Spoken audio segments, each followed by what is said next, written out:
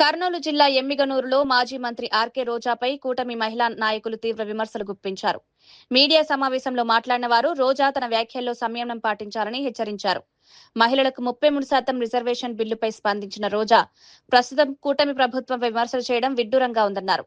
DSC నిర్వహణ అంశంపై ప్రభుత్వాన్ని ప్రశ్నించే ముందు వైసీపీ పాలనలో ఎన్ని డిఎస్సి పరీక్షలు నిర్వహించారో ప్రజలకు చెప్పాలని డిమాండ్ చేశారు. గత ప్రభుత్వ హయాంలో నిరుద్యోగులకు జరిగిన అన్యాయాలను ప్రజలు మర్చిపోలేదని పేర్కొన్నారు. 2 సంవత్సరాల నుండి అడ్రస్ లేని అడ్డగాడ్డ రోజాని నా నిరసన కార్యక్రమంలో ప్రెస్ మీట్ పెట్టి మాట్లాడుతూ ఉంది. చంద్రబాబు గారిని, లోకేష్ బాబు గారిని, పవన్ కళ్యాణ్ గారిని నోటుకొచ్చినట్టు మాట్లాడుతూ ఉన్నాం. నీకు రాజకీయ భిక్ష పెట్టిందే తెలుగుదేశం పార్టీ, అది గుర్తుపెట్టుకో రోజా. మెగా డిఎస్సి గురించి మాట్లాడుతూ ఉన్నాం. గత మీ హయాంలో మీరు ఇస్తానన్న మెగా డిఎస్సి హామీ గురించి మీ జగనన్నని ప్రశ్నించు. 33% మహిళా రిజర్వేషన్ బిల్లుకి ఆమోదం తెలుపుతా ఉంటే మీ పార్టీ మద్దతు ఇవ్వలేదు. అప్పుడు నువ్వు మహిళగా నువ్వు ఏ గడ్డి పీకడానికి వెళ్ళావు? నువ్వు మహిళల గురించి, మెగా డిఎస్సి గురించి మాట్లాడతావు.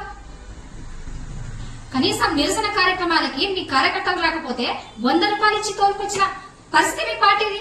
నువ్వు మా పార్టీ గురించి మాట్లాడతావు. ప్రజలు 11 సీట్లు ఇచ్చినా ప్రతిపక్ష హోదా లేకపోయినా ఏ మొహం పెట్టుకుని రోడ్ల పైనకు వస్తావు? కనీసం సిగ్గుసారి అనిపించడం లేదా మీకు? మరోసారి చంద్రబాబు గారిని కానీ, లోకేష్ బాబు గారిని నోటుకొచ్చినట్టు మాట్లాడితే కర్నూలు పర్యటనకు వచ్చినప్పుడు నీ పళ్ళు రాలబట్టకపోతే నేను తెలుగు మహిళనే కాదు అని హెచ్చరిస్తూ, నా పేరు సి విజయలక్ష్మి, పట్టణ కోశాధికారి.